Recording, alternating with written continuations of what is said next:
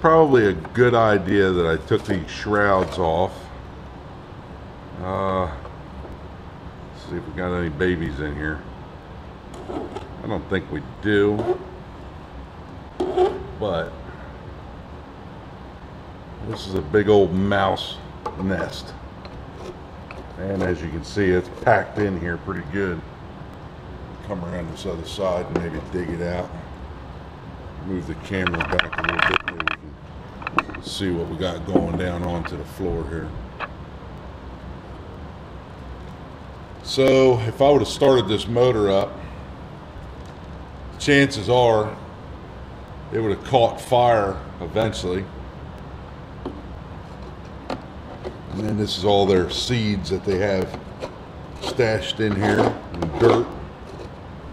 I'm not sure if the seeds are from the mice or if that's just from running this thing in a good God Almighty.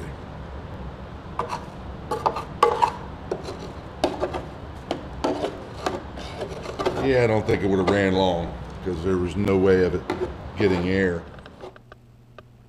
Welcome to the Wisconsin war zone. So this is my Wisconsin motor that I showed you a little earlier. I got all my shrouds off. Unfortunately, in the process of getting the shrouds off, I have broken and busted out quite a few of the screws, the bolts that hold it in. Here's where the fuel pump went. Here's where the carburetor and throttle linkage was. Down here is where the hydraulic pump mounted to it, and apparently that was an add-on feature that you had to add on yourself, because whoever put this on drilled right through the block. When I took those two bolts out on the bottom, I had oil running out of the block, so had to clean that up, put that bracket back on there, and work from there. So got all my shrouds off. The next step is going to be to try to get this nut off. I tried to get that nut off last night unsuccessfully, put heat to it, put the old Shedingo oil to it, the Creole oil, and no good. So once I get that nut off, I'm going to pull that flywheel off. That'll allow me to take this shroud off. The reason I need to take this shroud off is underneath here it is all tore up. It's a great big hole underneath there.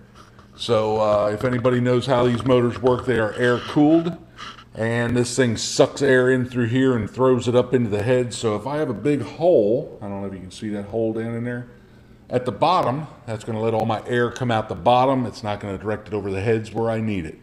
So I'm going to have to tear that shroud apart and fix that, either with sheet metal or find a new shroud. So that's where I stand. When I pulled those two bolts out and oil ran everywhere, you can see the stain on my bench here. Had to run over, get the engine lift, grab this, pick it up, put it over there on the floor, and clean up all the oil. Thank gosh that I had Stay Dry. Just did pick that up when Dad was down. Dad picked it up, and he said, here, keep this here. Well, it's a good thing I had it. I made a little dam all the way around the motor. Down here are all of my shrouds that I've taken off. And over here are all of my components that I've taken off. Starter, hydraulic pump, fuel pump, carburetor, coil, spark plug wires, throttle linkage. You know, there's quite a few parts laying over here, quite a few parts laying over there, nuts and bolts in there, tools laying everywhere. So that's why I'm calling this the Wisconsin war zone, because right now this thing is fighting me tooth and nail. We are making progress on it. This was after about 6 hours of tearing down on it. Tried to label all of my wires best I could, have wires that weren't even hooked up to anything. They were just hanging on the other side, and so got to figure out what all those wires are for. But this is an old Wisconsin 4-cylinder, goes in that Bobcat right there. All right, here we are, the 8th of April. This thing's been sitting here for quite some time. Pop Pop Gringo is down. he motivated me to the point where we're going to get started on this. So the first thing we're going to do is we're going to tear off all of the hydraulic lines, which are running down both sides of the arms. And then I guess we will start tearing off hydraulic cylinders. That's the lift cylinder. These are the tilt cylinders. And then after that, we'll start tearing the arm off of the frame and the air filter off of the frame. So I guess here we go. We're going to get started.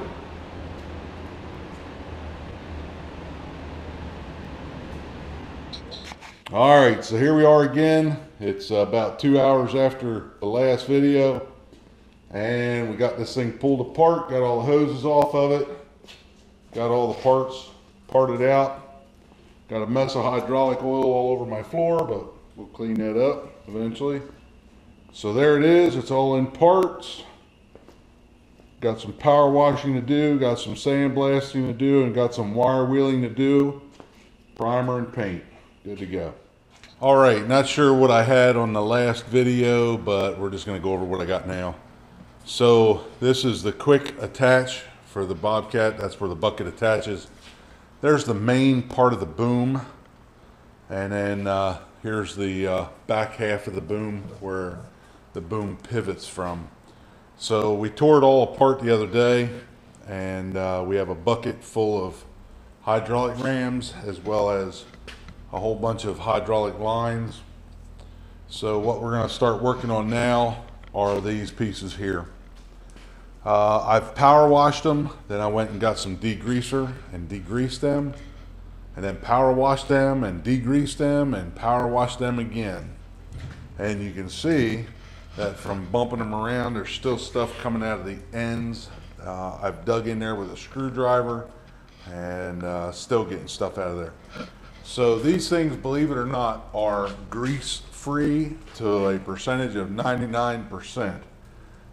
So they're ready for the wire wheel and the sandblaster. What I'm going to do is I'm going to wire wheel what I can, sandblast what I cannot, and prime them up and go from there. So wanted to give you an update on my arms for the Bobcat M-610. Here we go. All right, here we go. So what I have here, I have the arms to the Bobcat M-610. I have the pivot point, the back section of the Bobcat, and I have the tilt section where the bucket attaches. So I have these three pieces up on saw benches and garbage cans. I got them all wire wheeled. Wasn't real concerned with getting all of the paint off. Just worried about getting off the loose paint as well as the rust. So they've all been wire wheeled, and what I couldn't wire wheel, I hand sanded. And we're getting ready to spray some primer. I am going to take a couple of still pictures, and then we'll blow them off one more time with the air hose and start spraying primer.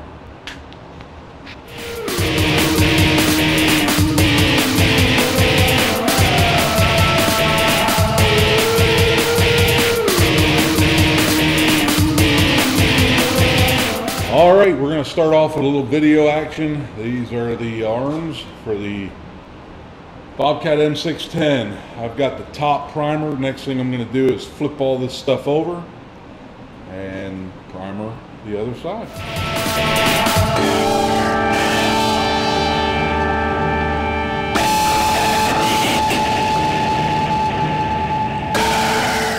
All right, so here we are. We've got some white paint on our booms, our arms, I guess, as well as the structure that the arm attaches to. And this is the tilt plate that goes on the front that the bucket attaches to. So we have some white paint on one side of it. Now we're gonna let this cure overnight, flip them over to the other side, shoot the other side with white, and these will be done. So we're gonna go ahead and take some still pictures right now and Stay tuned.